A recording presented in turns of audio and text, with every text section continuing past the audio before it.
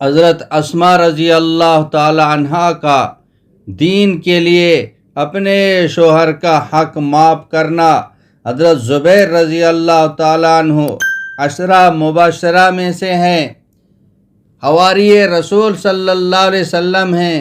حضور صلی اللہ علیہ وسلم نے فرمایا، اے طلحہ رضی اللہ تعالی عنہ، اے زبیر رضی اللہ تعالی عنہ، جنت میں ہر نبی کے 2 حواری باڈی گارڈ سمجھ لیں، عام لفظوں میں دائیں بائیں ساتھ چلنے والے ہر نبی کے ساتھ ہوں گے۔ میرے حواری تم طلحہ رضی اللہ تعالیٰ عنہ اور زبیر رضی اللہ تعالیٰ عنہ ہو، جو میرے دائیں بائیں میرے ہر وقت ساتھ چلیں گے۔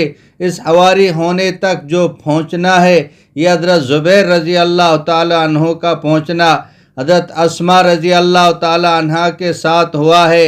حضرت اسماء رضی اللہ تعالیٰ عنہا نے اپنا حق معاف کیا، اپنے حقوق معاف کیے کہ جاؤ تم سے مطالبہ نہیں، اللہ سے لے لوں گی، تم جاؤ۔ پھر وہ حال آئے، خود اپنا حال سناتی ہیں کہ میرا حال یہ تھا کہ زبیر رضی اللہ تعالیٰ عنہ ہر وقت حضور صلی اللہ علیہ وسلم کے ساتھ رہتے تھے، میرے گھر میں کچھ بھی نہیں تھا، کام بھی خود کرتی تھی، باہر کا بھی اندر کا بھی، گھوڑے کا چارہ بھی لانا، اونٹوں کا چارہ بھی لانا، پھر گھر کا کام بھی کرنا۔ 1 دن 2 دن 3 دن فاقہ آیا، باپ موجود مگر شکایت نہیں، حضور صلی اللہ علیہ وسلم بھی موجود مگر شکایت نہیں، خاوند موجود مگر لڑائی نہیں کہ میرا حق ادا کرو۔ عورتیں تو جلدی سے مطالبہ کرتی ہیں، میرا حق ادا کرو۔ حضرت اسماء رضی اللہ تعالی عنہا نے اپنا حق معاف کیا، کہتے ہیں آئی بھوک، نہ خاوند سے شکایت، نہ اپنے باپ سے شکایت، دربار رسالت صلی اللہ علیہ وسلم میں کوئی شکوہ، خود صبر اور خاموشی کے ساتھ جھیل رہی ہیں۔ عورت ذات تو کیا، مرد بھی بھوک میں کمزور ہو جاتا ہے۔ ایک پڑوسی عورت نے، جو یہودی عورت تھی، بکری ذبح کر کے اس کا گوشت پکانا شروع کر دیا۔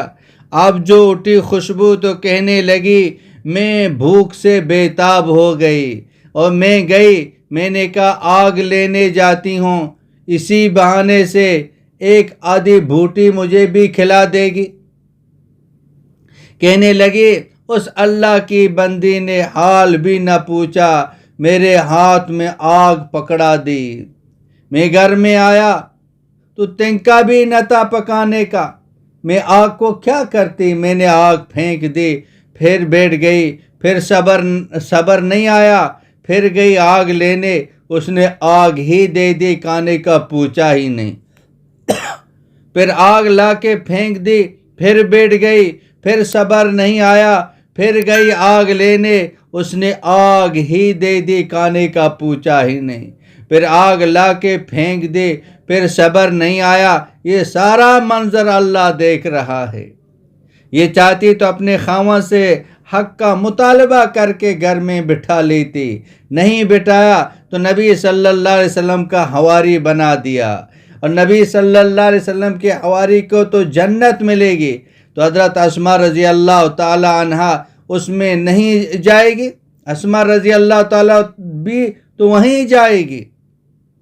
اللہ اکبر، کیسی عقل مند عورتیں تھیں، وہ کیا عقل مند مرد تھے کہ دنیا کی تھوڑی سی تکلیف اٹھا کے اتنے بڑے سودے کر لیے۔ کہنے لگی تیسری مرتبہ پھر گئی، اس نے آگ تو دے دی، کھانے کا پوچھا نہیں۔ پھر میں آ کر بہت روئی، میں نے کہا اے اللہ کس کو کہوں، اب میں کس کو کہوں، تو ہی ہے، اب تو ہی دے، میں کس کو کہوں۔ اب اللہ کو رحم آیا، یہودی آیا کھانا کھانے کے لیے، اس نے گوشت کا پیالہ سامنے رکھا، کہنے لگا آج کوئی آیا تھا گھر میں؟ کہنے لگے یہ پڑوسن عرب عورت آئی تھی آگ لینے کے لیے۔ یہودی نے کہا کہ میں بعد میں کہوں گا، پہلے اتنا ہی پیالے کو بھر کے اس کو دے دے۔ پیالہ بھرا ہوا اور میں اندر ہی بیٹی رو رہی تھی۔ اے اللہ میں کیا کروں، اللہ میں کیا کروں، اے اللہ میں کیا کروں۔ اللہ اکبر۔ اسلام ایسے نہیں پھیلا، دین ایسے نہیں پھیلا، اس کے نیچے بڑی قربانیاں ہیں۔ صحابہ رضی اللہ تعالی عنہم کی مائیں اگر اپنے بچوں کو جیسے ہماری مائیں کہتی ہیں میری آنکھوں کے سامنے رہو، میری آنکھوں کے سامنے رہو، بیوی کہتی ہے میرے حقوق ادا کرو، اگر صحابہ کرام رضی اللہ تعالی عنہ کی بیویاں بھی ایسی ہوتی تو آج اسلام پوری دنیا میں نہیں پھیلتا۔ صحابہ کرام نے بیویوں کو چھوڑا، بچوں کو چھوڑا، گھر بار کو چھوڑا، پکی ہوئی کھجوروں کو چھوڑا، ان کی بیویاں بیوہ کی طرح زندگی گزار رہی تھی، بچے یتیم کی طرح زندگی گزار رہے تھے، پوری دنیا میں پھیل گئے۔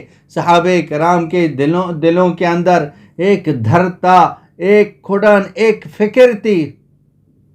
فرسان بالنہار رہبان باللیل وبسام بالنہار وبکاء فی اللیل۔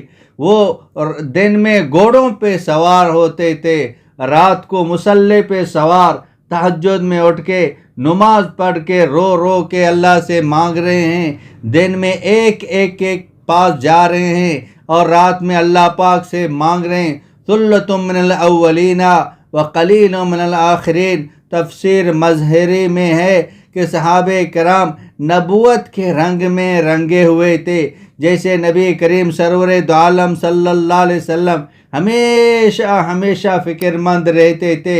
کان نبی صلی اللہ علیہ وسلم متواصل الاحزان۔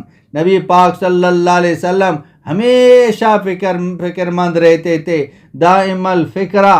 ہمیشہ آپ علیہ السلام فکر مند رہتے تھے، ہمیشہ علیہ السلام پریشان تھے۔